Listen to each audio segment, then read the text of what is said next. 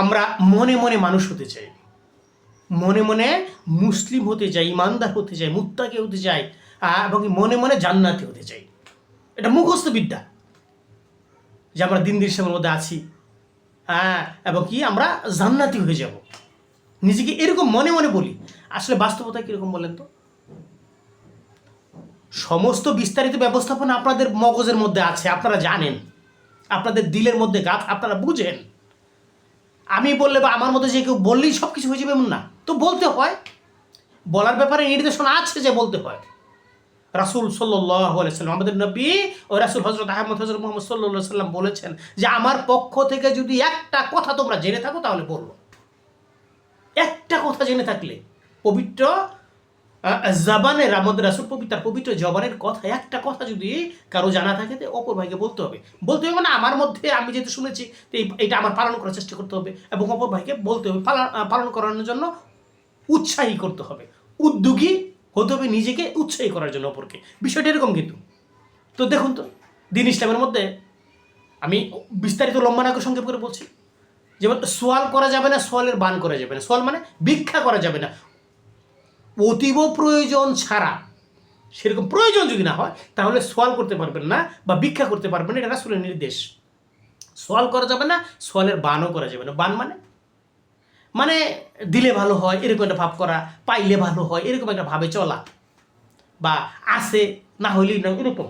এটা যদি আমরা পালন করতে পারতাম, তাই বলে কি সোয়াল করা যাবে না? না, সোয়াল করা যাবে তো। অনেকে সোয়াল করছে নিজের প্রয়োজনে, এমনও সোয়ালি আছে, ভিক্ষুক আছে, লক্ষ লক্ষ টাকার মালিক। আপনি লক্ষ লক্ষ টাকা বছর শেষে ভিক্ষা মাগার পর লক্ষ লক্ষ টাকা আয় ব্যয় করে। বিশেষ করে দেখুন, খুঁজতে দেখুন, আপনার পার্শ্বে আছে এরকম মানুষ দেখুন।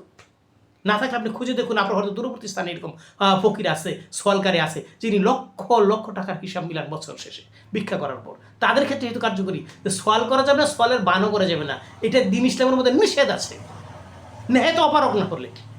আচ্ছা, আরেকটা বিষয় আছে যে অপরের মাল অনুমতি ছাড়া ব্যবহার করা যাবে না। অপরের, এটা আপনি অর্থ বলেন, সম্পদ বলেন, ইজ্জত বলেন, সম্মান বলেন, যে কোনো অপরের একটা মাল, অপরের অর্থ সম্পদ কি করা যাবে? অনুমতি ছাড়া আপনি তার ব্যবহার করতে পারবেন না। আপনি এ কথা বললেই বুঝে ফেলেছেন। আরেকটা কথা কি করা যাবে? অপচয় করা যাবে না। এটা আপনি, আমরা যারা দারিদ্র বা দরিদ্রতার মধ্যে আছে, আমরা যে গরিব মানুষ আছি তাদের কথা আলাদা, কিন্তু যারা একটু পয়সাওয়ালা মানুষ, সম্পদওয়ালা মানুষ, এটা পরিবারে বলেন, সমাজে বলেন, রাষ্ট্রে বলেন, রাষ্ট্রে তো চিন্তা করতেই হয় না, আপনার সহজে বুঝে যাবে। এটা বিলাসিতাপূর্ণ অর্থওয়ালা একটা পরিবারের সদস্য বা সমাজের সদস্য দেখুন কীভাবে অপচয় করে। দেখুন, ক্ষমতাধর হলে মানুষের সম্পদ, অর্থ সম্পদ কীভাবে ব্যবহার করার অনুমতি ছাড়া। দেখুন, রাষ্ট্রীয় ক্ষেত্রে তো এটা একটা জঘন্যতম নোংরামিতে ভরা।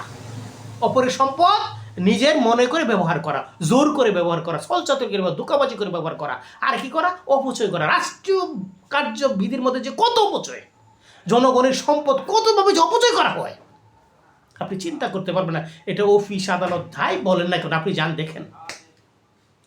সরকারি আমলা যারা আছে, এর সাথে জড়িত যারা আছে, রাজনীতিবিদ যারা আছে, ক্ষমতাধর ব্যক্তি যারা আছে, দেখুন কিভাবে জনগণের সম্পদ অপচয় করে। নিজেরটা তো নিজেরটাই, জনগণের সম্পদ অপচয় করে, দেশের সম্পদ একজন অপচয় করে দেশের 12টা বাজিয়ে দিচ্ছে। দেখুন, অথচ এটা হিন্দু দেশ বলেন, মুসলিম দেশ বলেন, আপনি যদি মুসলিম দেশ বলেন, এরা মসজিদে যায়, এরা কি বলি, এরা মক্কায় যায়, মদিনায় যায়, এরা বিভিন্ন মাইকিং করে দান সদকা করে। দেখুন এই মানুষগুলোর অবস্থাটা, এরা অপরের সম্পদ অনুমতি ছাড়াই ব্যবহার করে, নিজের মনে করে নেয়, জোর করে দখল করে, এরা কি করে? অপচয় করে, জনগণের সম্পদ অপচয় করে, মেরে খায়। অপচয় মানে মাইরা খায়, মায়ের বড় বড় বাজেট দৌড়ায়া 10 টাকার কামে 100 কোটি টাকা বাজেট মেরা খায়, 10 টাকার জনগণের কাজ করার জন্য, কাজ করে 10 টাকা মাইরা খাইলে 100 কোটি টাকা।